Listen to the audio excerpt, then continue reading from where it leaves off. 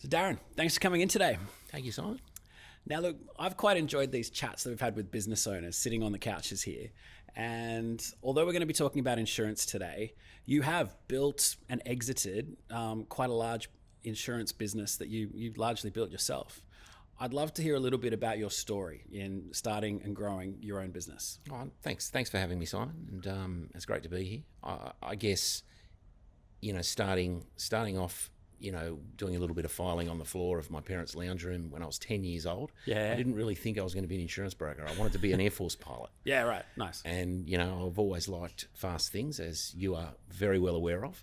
Yes. It didn't quite work out that way. My father suffered a heart attack when I was 16, and I said, 3-unit maths, physics, chemistry, too hard.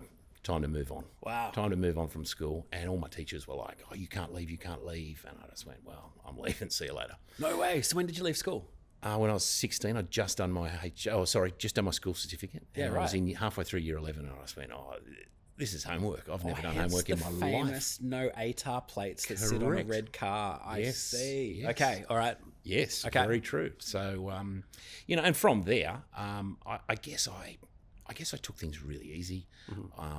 Working for your mum and dad, I sort of thought I was the boss back then when I was 16. I thought I knew everything. Yeah. And things don't work out quite that way. Yeah. And, it wasn't until I gave up, probably within, I started when I was 16. And I guess maybe when I was in my almost my mid-20s, I sort of thought, look, I've got to make a go of this. I've got to really try and concentrate, give up I had 3 jobs at the time. Yeah, right. Gave them all up. Which was great. I mean, it saved me. It bought a first house for me when I was 21. Yeah. So it was all really good. And you obviously had a pretty hard work ethic too inside you. Yeah, I mean, that's sort of probably, that has never changed, not to this day. Yeah. And I mean, I love getting up and, the earlier the better for me. Milk run at 1 o'clock in the morning until 5 a.m., come back for a couple of hours sleep and then get up and, slave away. Yeah, right. But, once I gave those up, I really started to focus on what I wanted to do with an insurance business. It was 1999, we acquired our first company. Yeah. Why insurance though? What got you from doing these odds and ends jobs as a youngster, and then how did you end up in insurance? Well, I was going to buy a pie shop even as I begun my... Yeah, right. But I would have had the pie shop. I wouldn't have had one pie shop. I would have had 15 or 50. It. Yeah, absolutely. So, but I sort of... I guess insurance was my parents', it was my mum's and dad's, career. That's where they met and whatever. Okay. And,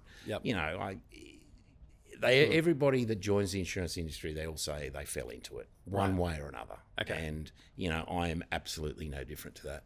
Yeah. And, you had to go to tech and, and I'm not a studier at all. I've never liked a day study in my life.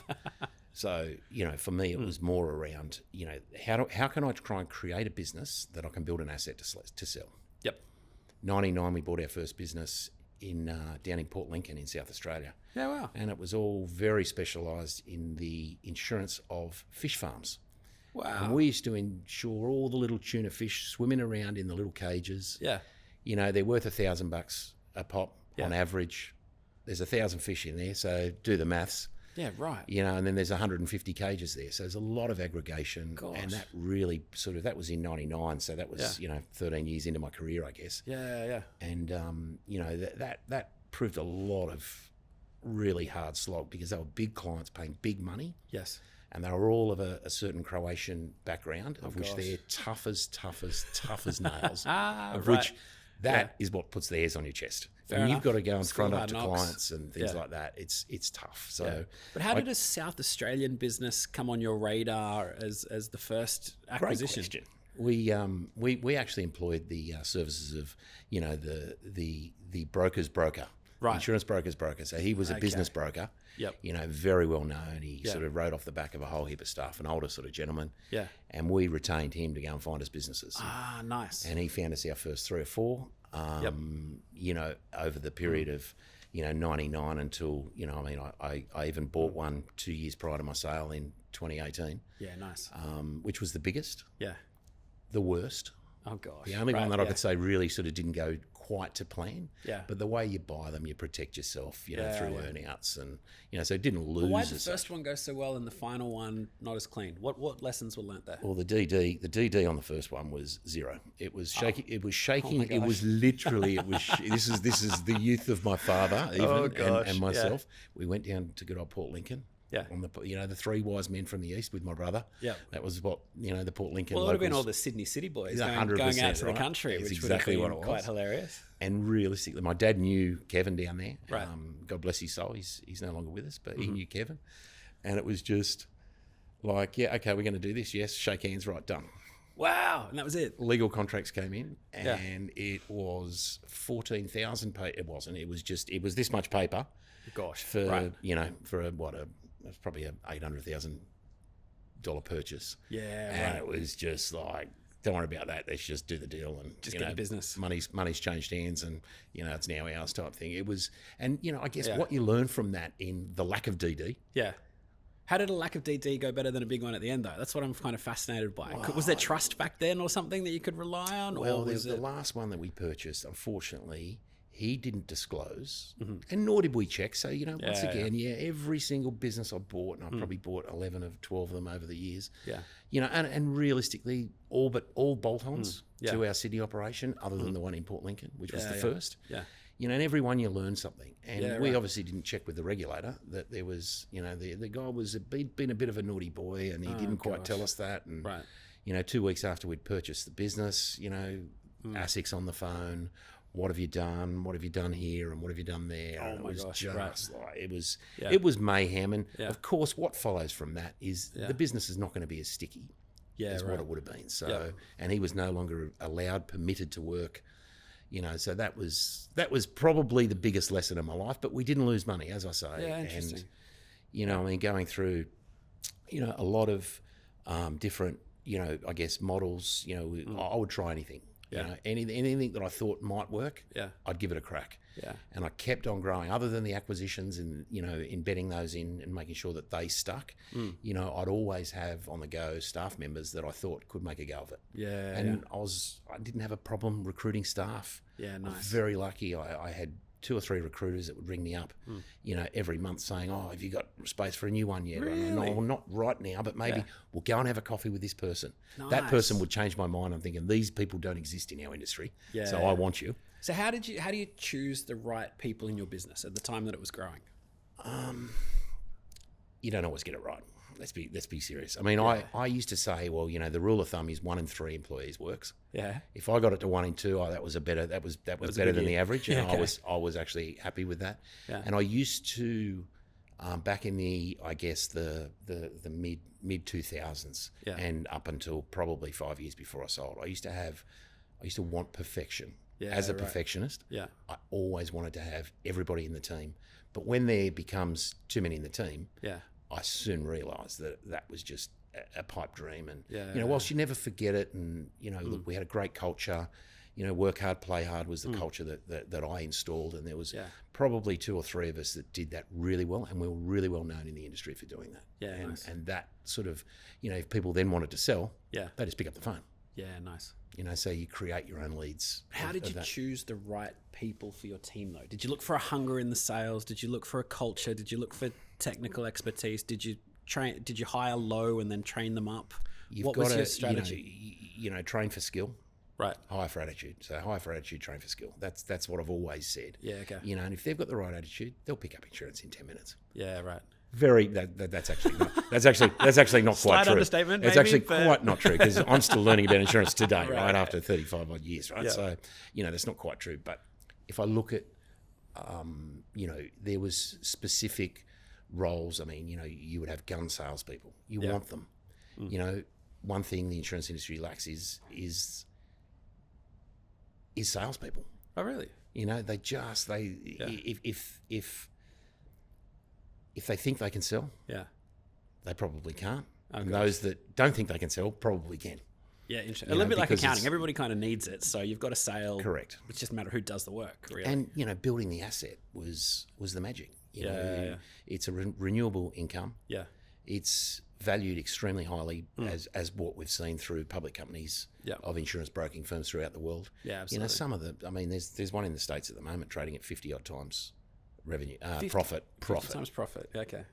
Yeah. Which I just look at that and go, that's insane. Yeah. I didn't quite get that number. I wish I did, but Yeah. the number was, at the time, it was up there with the record awesome. within the industry, which I was delighted about. Absolutely. Yeah. Let's have a chat about your growth journey, though, because any business I've had, I've built organically, and so I haven't bought other businesses to bolt on. But it sounds like a lot of your strategy was in the bolt-ons. How did you make the decision between trying to grow organically versus acquisition? You had to do both. All right. You couldn't do one and not the other, in my eyes. Yeah. Look, most people that I know of, and I know a few people in the industry, and most people I know, they plod. Yep. There's not that much planning. I think it's changed since I've sold back in 2018. I think Yeah. there's more that are on the strategic direction and everything. And I guess, whilst you acquire, every single one of those acquisitions I was able to complete, changed my life in some way. Really? Every single one. The best one I did was probably one of the smallest. Yeah. And, I just employed one of my new superstars that I'd sort of thought, this person's gonna make it. An acquisition, popped on my desk, within a month or two after employing this person. Yep. 100% of that revenue went to the bottom line. Wow. less a little bit, Yeah. You'd say 95. Gosh. And like divine, like incredible. Yeah. So, and there was a couple of instances not quite as good as that because the bigger the business you bought. So is it more like buying a book then? You're Of buying work a book rather and than the actual goings on? Because if you're Correct. talking about basically no overheads, then it's if you had the desk space was paid for. yeah. You can say that there's you got to pay a bonus but realistically, I knew that for every business I bought, 50% would hit the bottom line, no matter what, on average. Nice. So if it was a $1 million book, I knew that 500 grand would be added to the EBITDA Yeah, right. line, and But with so many different businesses acquired, how do you go with getting a consistent culture, consistent systems, and consistent processes through the business? luck. Oh, gosh. No, it wasn't. It was a lot better than that. Yeah. I was lucky, especially, I guess, in the critical phases of growth. Yeah. I had a COO that was magnificent. I had a CFO Yeah. who's currently working for me in the new business, which we'll talk about in a minute. But, Yeah, nice. I had two really, important people that made it easy. And, of course, everything's a challenge. Nothing's easy. If it was easy, everyone would do it. Yeah. Totally. And that's and it's been a lot of fun, fun. And I've missed it. I've missed it so much Yeah, right. that, following, any earn-out periods and, Yep. and, restrictive covenants and whatever else. All that. I've now formed a business called Panoply Insurance and Risk Solutions, and given some of my older staff that I really admired that they were no longer with the purchaser, so I wasn't stealing them, Yeah. or anything like that. Because to me, you sell your business once, Yeah. and that's it. So it's now giving two of my staff currently. There's probably some more that will follow in the not too distant future. But Yeah, nice. I want to give them the opportunity to create their own wealth. Yeah. Well, they're obviously very loyal to be of course. hunting out whatever Yeah, you're of doing course. next time again. And, one of the people just joined us. Yeah. And she was in the same role, for probably 6 years. Wow. Since she left after we were acquired, and she left that role in a very senior position to say, right, okay, but once again they've all got a bit of script. Yeah. They've all got a few shares in the business, and hopefully, I have a personal goal that I want to make this particular, but I want to repay her for her loyalty. Yeah, nice. So how's this business different to the business that you sold? I want to do things a little bit differently. Yeah. Do I want to acquire? I'd love to acquire. Yeah. The opportunities to acquire now, the market has changed significantly. We're seeing, the big internationals come in and pay exorbitant, probably up to 50% on top of what I received as a multiple of EBITDA. Yeah, right. To me, it doesn't work at the multiple that people paid me. But if it was there, I was going to take it. Right. They can do it. Yeah, totally. And for me, I want to try and do things a little bit differently. I want to try and focus, more personally, Yeah. than broadly. We had teams of people that would do business with, what we would call our enterprise team. And our enterprise team wasn't enterprise like we all know it today in the e-com world being, the largest, biggest and greatest. Yeah. The enterprise team were the smaller guys that we were not earning a lot of money from, and I guess, I want to try and do things differently. I want to try and educate, mentor. Yeah. I play more of a chairman role in this business today. Okay. Which is great. I get involved wherever I need to get involved. Yep. What's to say, get down on the factory floor, you got to show them how it's done. Yeah, I have no problems in doing that. Nice. So what things are you doing differently in this business in its early days to grow compared to what you did in your original business? What lessons did you learn that you've implemented? Oh, it's a tough one, because insurance is insurance. It's the most boring subject under the planet, right? So, but I mean, it already sounds like you're delegating rather than doing. Oh, there's a lot. Yeah, I mean, I sort of, I guess, in the latter days of my previous company, I learnt to delegate pretty well because I didn't have time to do what I needed to do. Absolutely.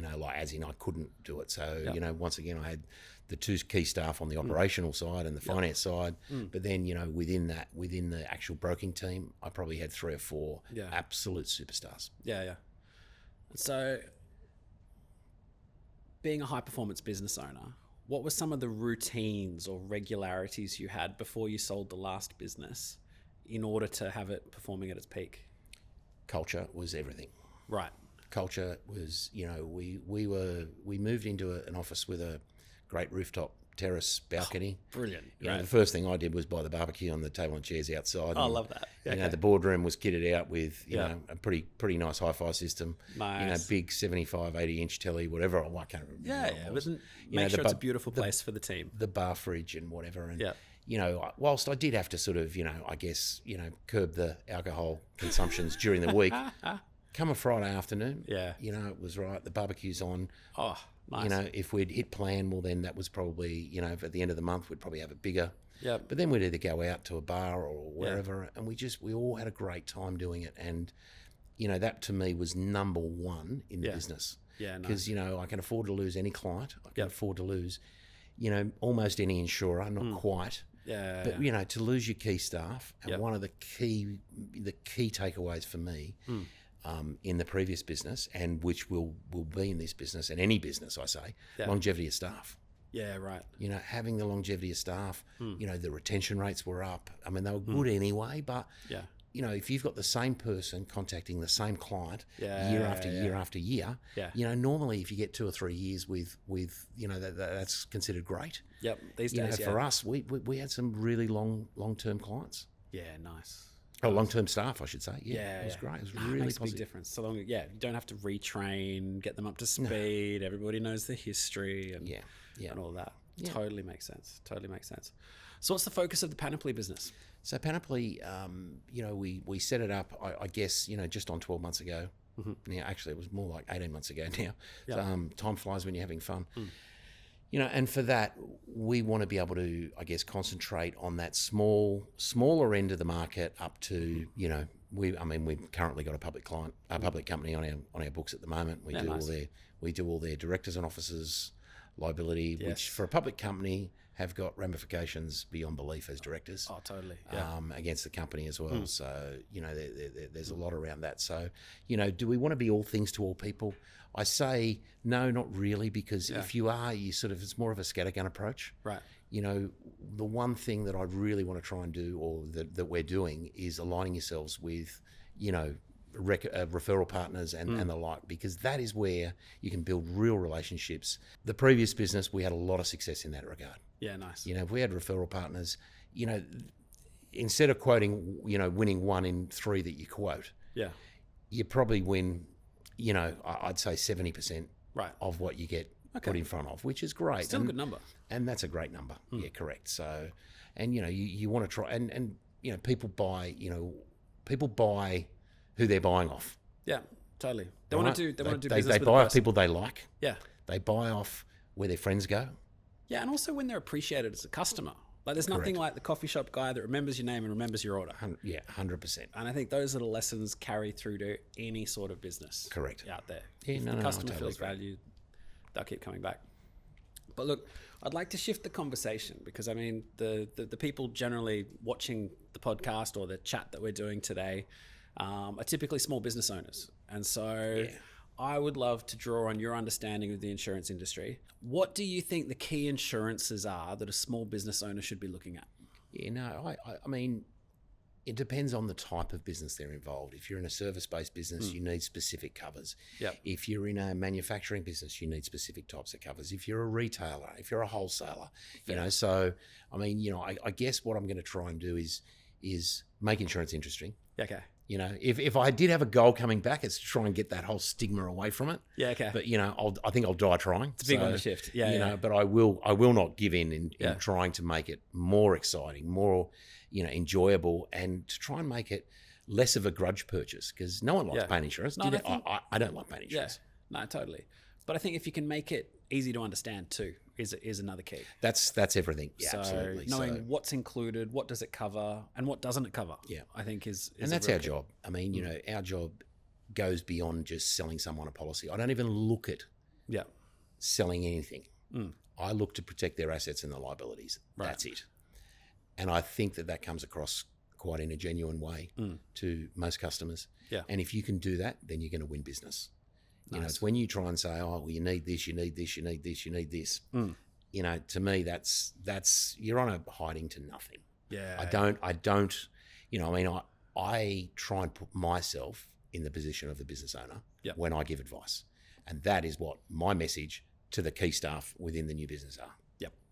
And, you know, if you can put yourself in the position of the person actually writing the check, paying the money, coming out of the bank once a month, whatever it is, then I feel that they're going to actually find you genuine. And that to me is probably one of the keys. Nice.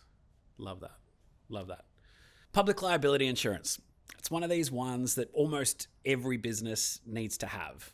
Surely you've got some good stories and some... Oh, I mean, it's every business needs public liability insurance. Yeah. You know, whether it's, you know, a stand, you know, at the Paddy's markets, you know, selling oranges. Yep. Someone gets sick from the orange, an orange falls on the ground and someone trips over. Every business needs public liability insurance. And, you know, it differs in risk and in premium dependent upon manufacturing and what you manufacture.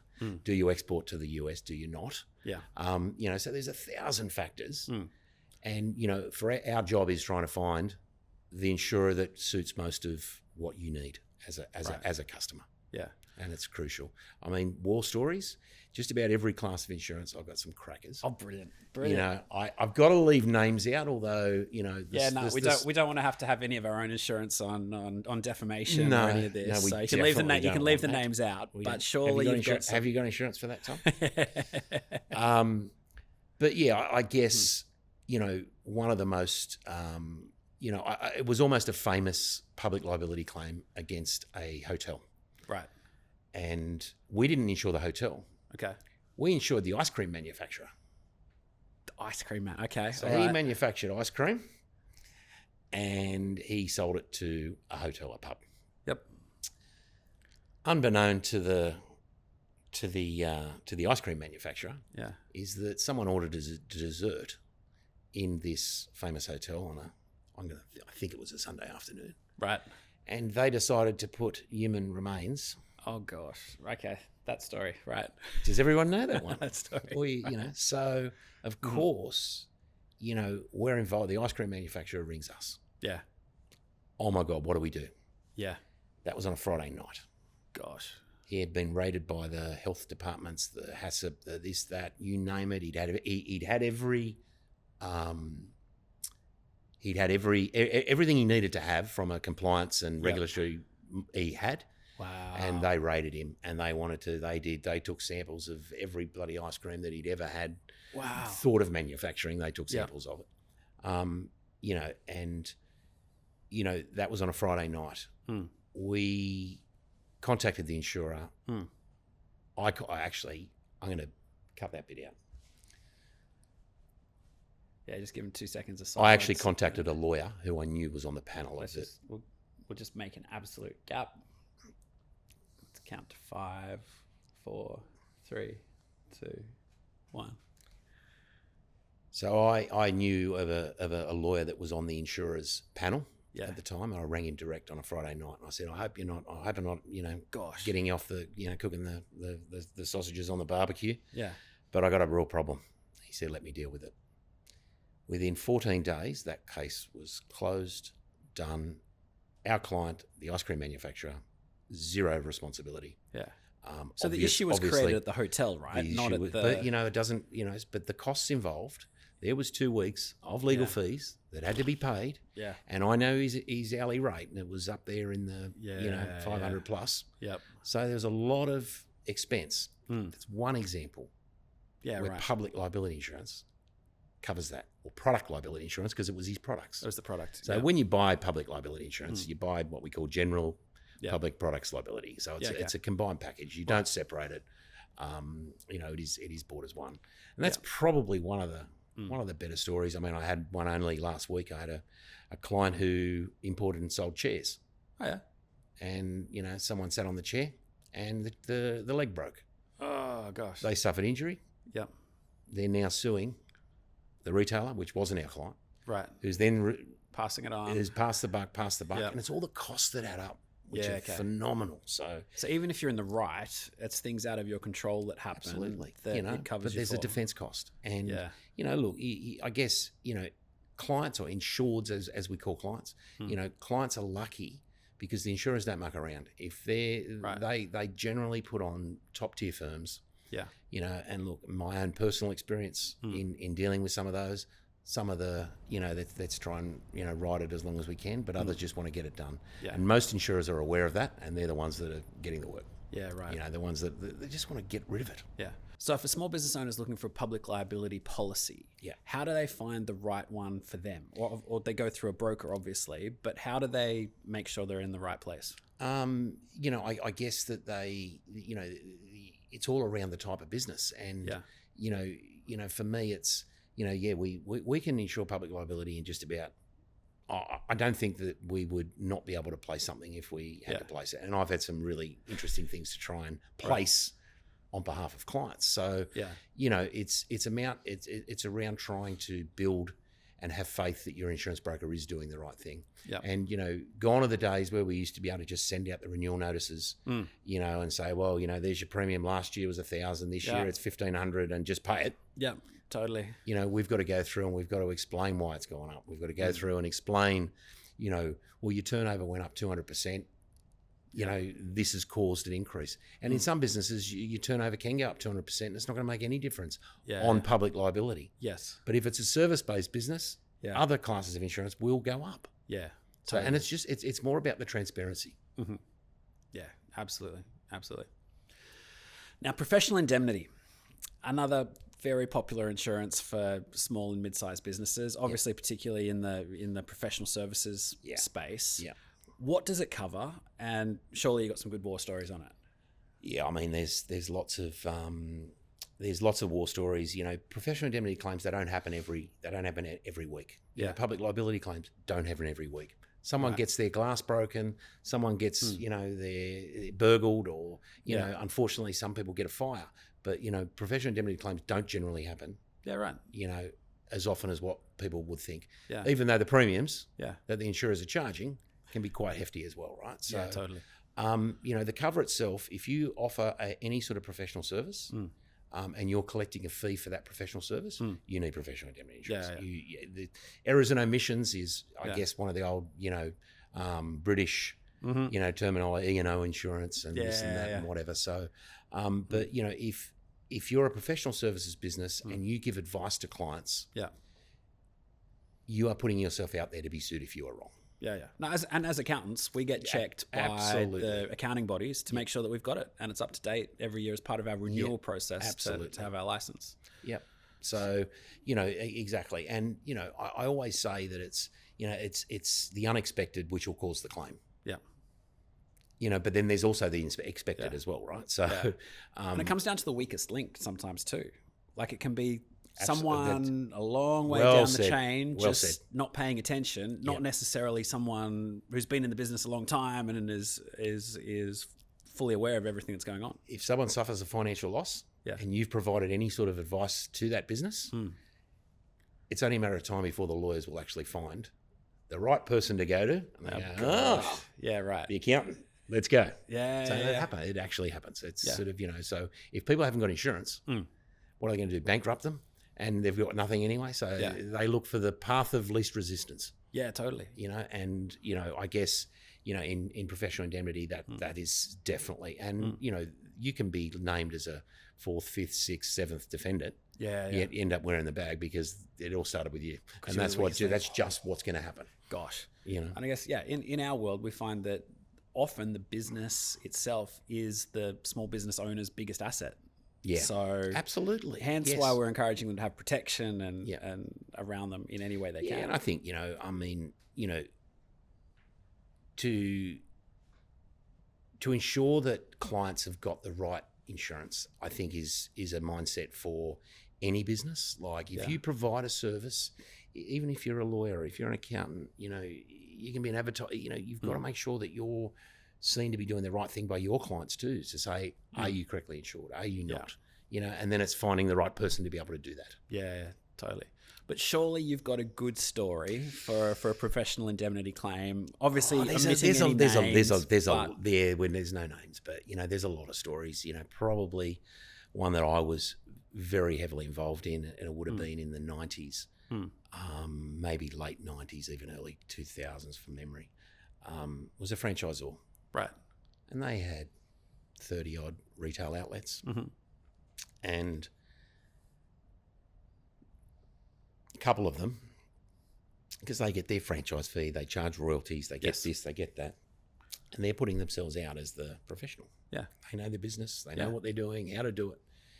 And anyway, it was found that during their sales process, they would slip in that well, this guy out here at Timbuktu, he makes $4,000 a week. You can expect the same from your shop, in Mainsville, wherever it is.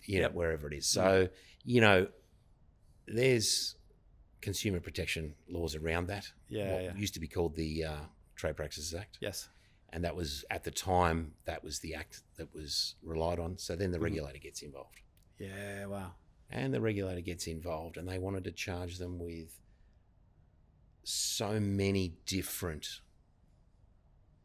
breaches of the Trade Practices Act, one of which was you did this on purpose and you lied, which is a criminal offence. Yeah. And no one wants to go through that heartache as a business owner. No way. On any level. Yeah. The client believed that they did the right thing all the way along. Right. Someone has come in, they've bought a franchise, they haven't been able to run a business successfully. Yep. And they want someone to blame. Right. So who do they go back to? They go back to the franchise. Yep. To the head, the guy that franchisor. sold it to them. Yeah, the guy that sold it to them. Yep. And you get 2 of those, 3 of those, and then that suddenly becomes on your regulator's radar. Yeah. And they, also a bit Channel 7 or whichever it was, they set up a hoax, with the head guy that was the sales guy within this business. Gosh. And anyway, the claim came in, all defence costs were covered. Wow, yeah. The fine, which was substantial, was not covered. Right, okay. But all the defence costs were in the hundreds of thousands. Yeah. And that would have sent the business to the wall. Yeah, right. So, the business survived, and then I think they got bought. I actually can't remember. Would have been some change of what happened. But, that was one example, and, everyone says, why are you in insurance, Darren? Yeah. Well, because of that, because that's interesting, right? That's fascinating. I mean, I knew more about the Trade Practices Act because I studied it and I learnt it because I needed to be able to. Because then it might have been the sales guy that was slipping in the things that were wrong, not necessarily the director who's responsible too, right? That's exactly, correct. And that could have happened. And what happens off the cuff, not in writing. Yeah. It's my word versus yours sort of thing. So, totally. But, to be on top of all that, regulatory and, I felt like I was a bloody lawyer that week. Yeah. A week. It wasn't a week. This claim went on for over 12 months, probably for about 15 months. Yeah, wow. But it was exciting. Yeah. But that insurance policy literally saved that business. Yeah, correct. 100%. So, and anyone providing advice, service-based business. Yeah.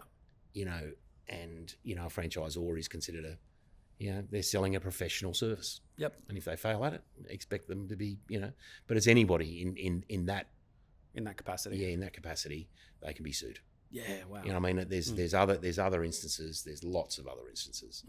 'Cause typically it's accountants and lawyers that you think of firsthand, but a franchisor is also I mean, but it's. I mean, you can have a manufacturer, right. you know, and we've got current manufacturers that are with us today, and you know, they have an engineer on staff. Right. Okay. Okay, so the engineer is providing advice. Right. They need PI. Yeah. They're providing advice directly to the customer. Okay. You know, so and they're charging a fee for the design advice, so they need to have PI. Yeah. Interesting. You know, so And so that doesn't fall under your public liability. That's no, right. No, because it's professional advice. You know, there's a Clayton's cover. Yes. Most insurers give under a public liability. Yes. But if you charge a fee for it, and don't quote me on this, but there's 1,000 other reasons why they won't pay a claim, because that's not their intention. But you know, if you charge a fee, you need professional indemnity insurance. Yeah. Okay. Simple. Good rule of thumb. Yeah. Cyber liability insurance. That's another one that comes up frequently in our conversations with the businesses we're working with. Yeah. Have you got some stories along this line? Yeah. I mean, you know, probably the story that I've been proven wrong is that I didn't believe that it could financially be sustainable as an insurance product. Really? Back when I sold the business, I saw these claims coming in, or I saw the claims that came in that weren't insured. The insurance was, you know, relatively new back 6-7 years ago. Yeah. I've been proven wrong, and it's now such a vital type of insurance. And it's not just that if you get hacked. And I mean, you know, 90% of cyber crimes occur as a result of human error. Oh, absolutely. You know, and that's a phishing scam, and I don't know all the names of all the different schemes and scams, but they're again, the cyber criminals. It's the weakest link in your business. It's not necessarily having a great cybersecurity team. Like in our business, we've got a CISO online, like a chief information security officer that we outsource the role to, because it's such a critical part of getting the trust in what we do. But we also are aware that as good as your defenses are, it's only as good as the weakest link. So hence regular training in the business and all of this. Absolutely. But how do they quantify it? Because if you've got a cybersecurity risk, there's potentially a massive amount of damage that can happen to a business. You know, the insurers of today are getting smarter. They will look at your URL. Right. And they will actually go through and they will see how many endpoints you have. Really? They will go through and say, well, this one's vulnerable, this one's vulnerable. They will give a report before they'll even insure you. Gosh, right. You know, new insurer on the block only, I think, you know, within the last 12, 18 months. Yeah. You know, and they're doing things that are different. Globally, they've just sprung out of nowhere. Yeah. They're now here in Australia.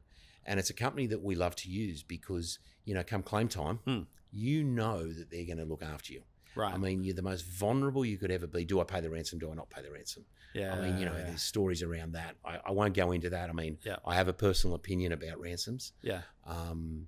You know, which is not what the Australian government advise you to do. Right. And I say that for a specific reason. It's, you know, you pay a ransom, like good criminals, they don't come back. Right. Well, that's what we're told anyway. I don't know how true that is. I guess, you know, I've never seen someone get done twice. Right. But I did have a very close friend of mine. He runs a professional services business, and he's got about 25 staff. Okay. Good size business. And, you know, once again, the email came in, the weakest link. No. Hit the button for the Australia Post, the delivery here, or whatever it was. Gosh. You know, shut everything down. Right. They actually got in and they took a whole heap of personal information. I was personally involved. Some of my information, some of my family's information, had been taken or viewed or copied or whatever it is. You know, of course, there's protocols that every business must follow within the Privacy Act. Absolutely. And within the cybersecurity. Yep. You know, the way of which and the costs involved. The insurers of today, you have a loss. Yeah. You ring a hotline and they basically take care of everything for you. Wow. And for my good friend's business, it's in the hundreds of thousands. Yeah, yeah. You know, just but also reputation, like the fact that you've got to disclose and correct. And you know, within some cyber policies, you know, you've got the option to increase, to advertise to say, we're sorry about this, and there's PR costs and all that sort of jazz. So you know, it's quite a broad cover. And as I said, 6 or 7 years ago, I didn't think it was going to survive. But the more that are taking that's from an insurance perspective. So from a business owner's perspective, it's great value. Is that what you're... Oh, 100%. Is that what you're saying? No, 100%. I being part of a big group that we are today, we have cyber insurance automatically included in everything we did, as we did in my previous business as well. Nice. So, whilst we're indirectly paying for it, it wasn't a direct cost for us. Yes. And, there's an excess generally, and the excess can vary from 1,000 up. Yeah, right. You've seen some of the massive, public cases of cybercrime. Oh, totally. And I mean, it's generally from well-known names that happens, that have therefore had to disclose. And I've been on that list plenty of times with... Yeah.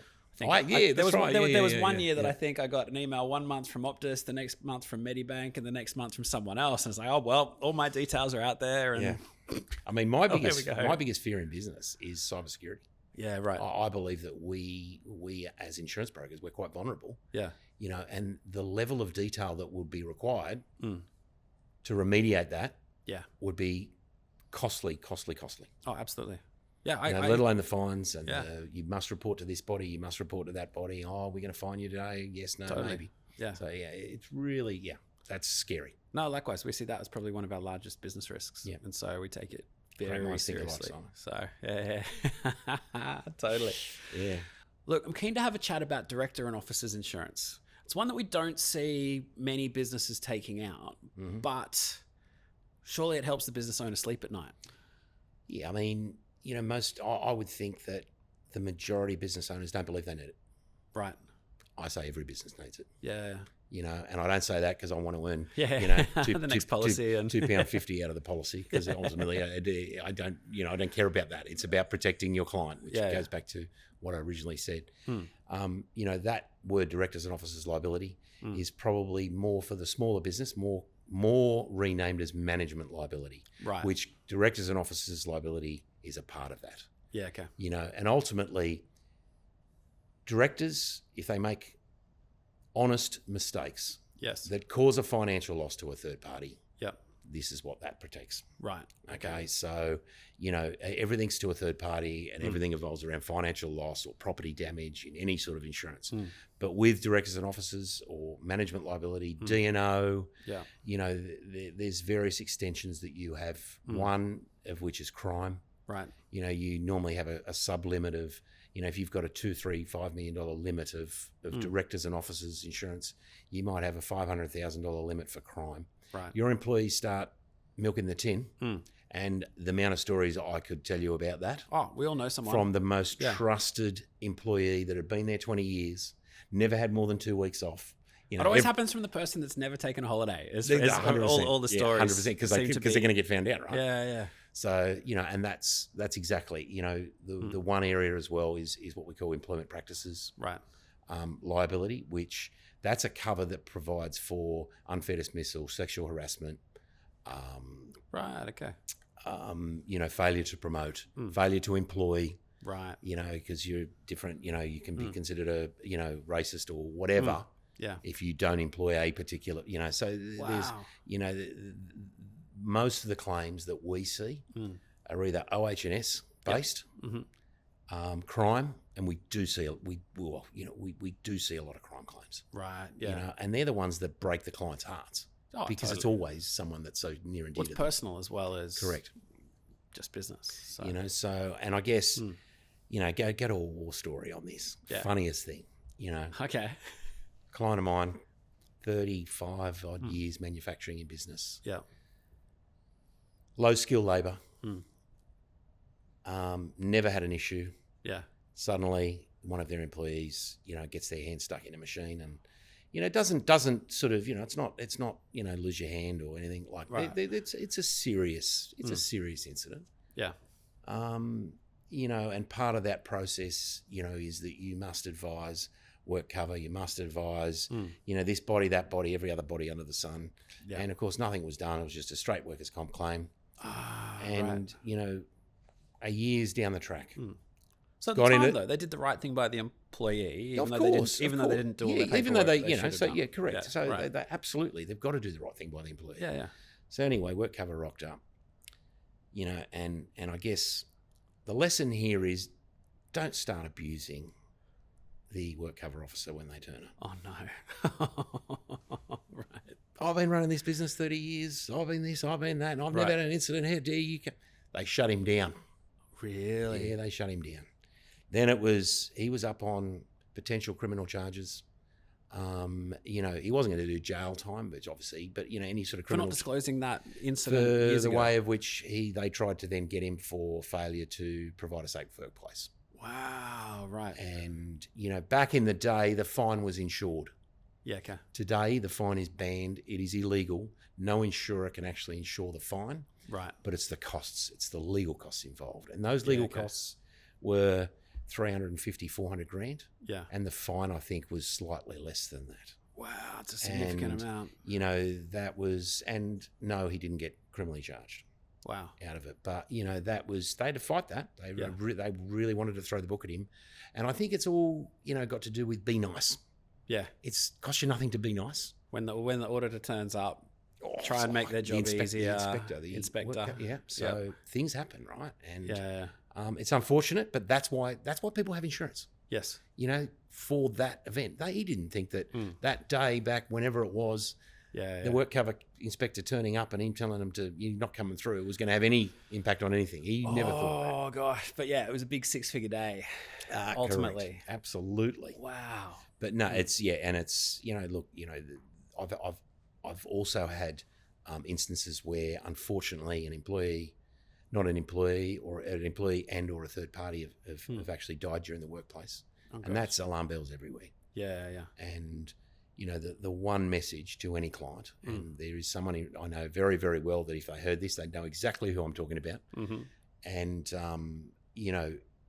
I rang that person who's quite fiery. Yeah. And I said, whatever you do not lose your temper. Yeah. You be nice. Yeah. Palm it off as much as you can. They want to interview you. You are the director. You're the MD. Yep. They're going to want to interview you. You cannot, you've got to remain calm. Stay cool. Because this is what happened on the other side, which was the last story I told. So, fortunately for them, all their ducks were in a row. Wow. Nice. And they escaped any fine, any penalty. They had all their OH&S, documentation. And this is something that's, not an insurance broker's responsibility. Yeah. But, is it a duty of care to our client to say, hey, guys, have you got your OH&S in order? Have you got, a business continuity plan in place? Have you got a this or that or whatever? So, I guess the role of an insurance broker doesn't just end at selling an insurance policy. True. Which I hate, but yeah. True. So, because at the end of the day, if you can encourage a business owner to have the appropriate policies and procedures in place, correct, then it does mitigate the risk a lot for everybody too. Absolutely, yeah. So, and your insurers want to hear that. They want to hear the good news. They want to hear how our clients, got this policy in place, that policy in place. They've got sprinklers in their in their premises. Yeah.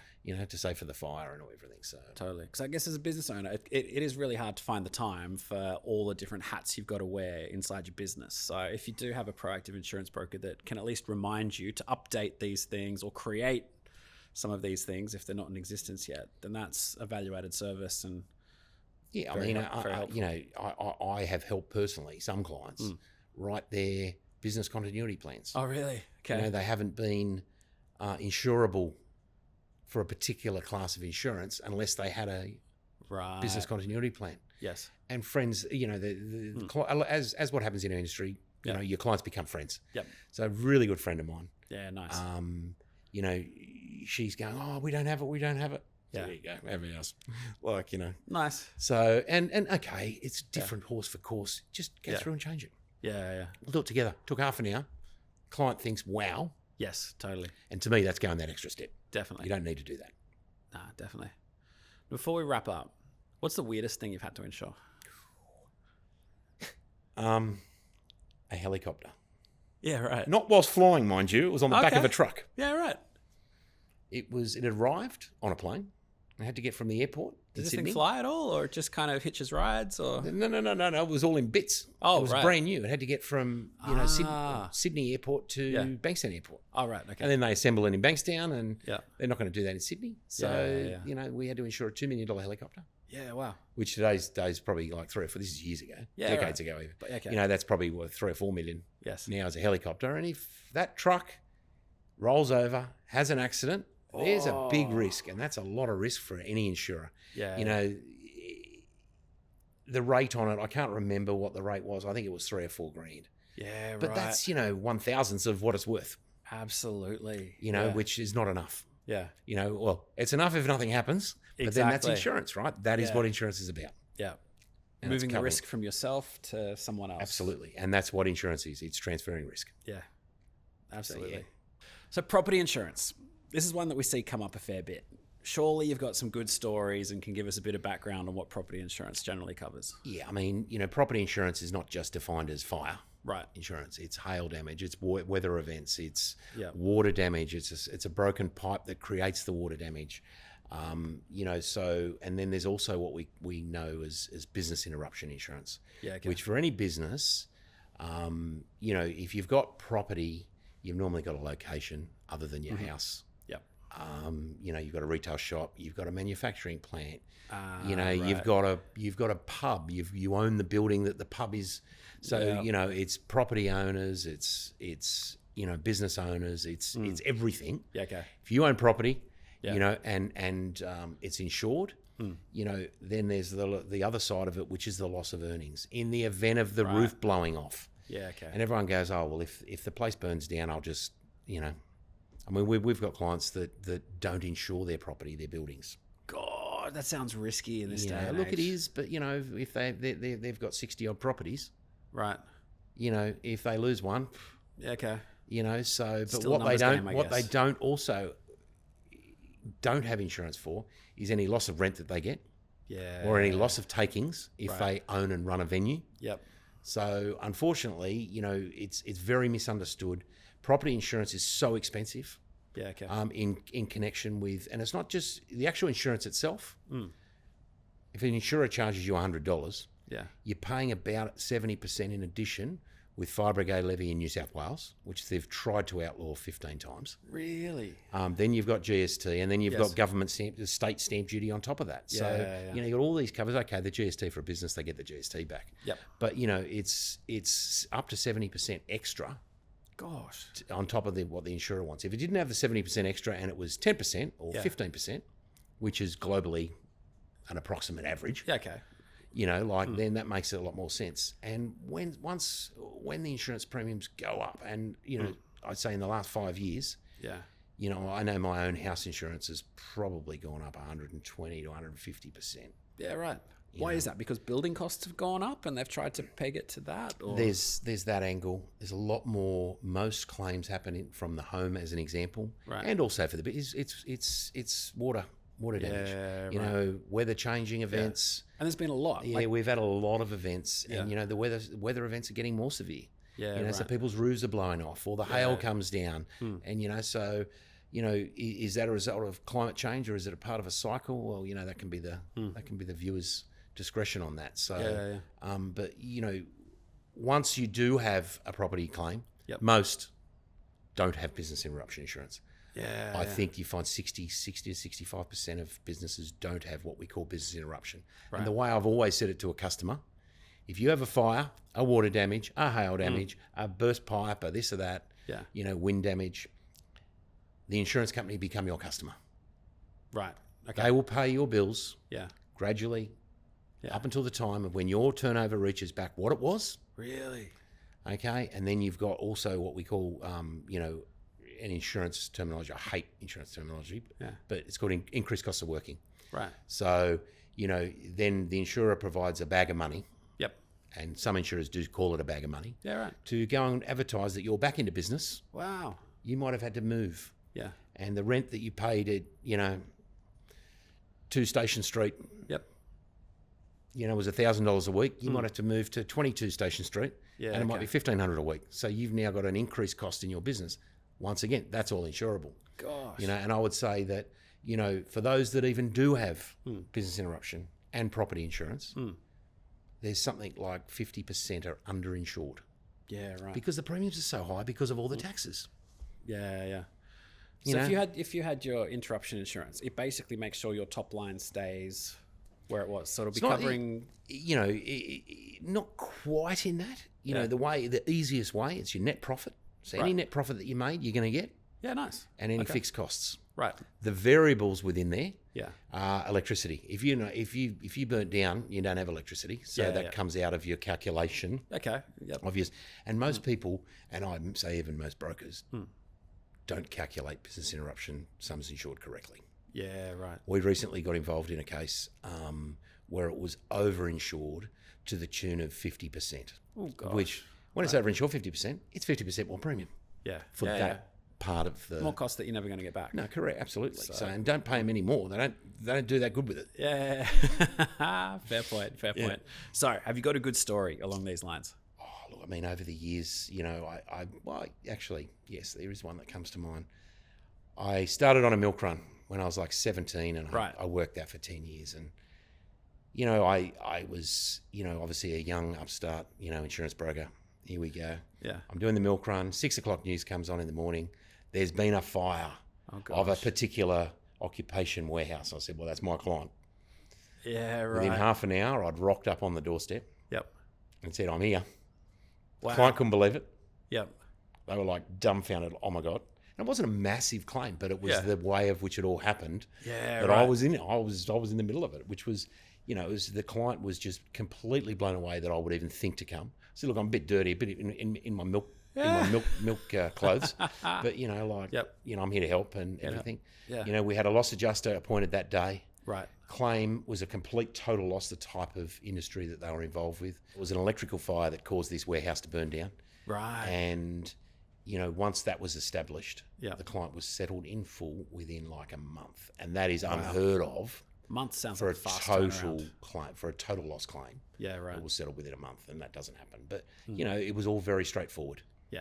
And there was no suspicion on the client or anything like that. So that's what makes it, I guess, so much easier. Well, look, thank you very much for coming in for the chat today. Found the stories fascinating. Your experience is obviously very vast, and really appreciate your time. No, I really appreciate the time as well, mate. Thank you for doing everything, and, you know, onwards we go. We'll talk soon. Cheers. Thanks, mate.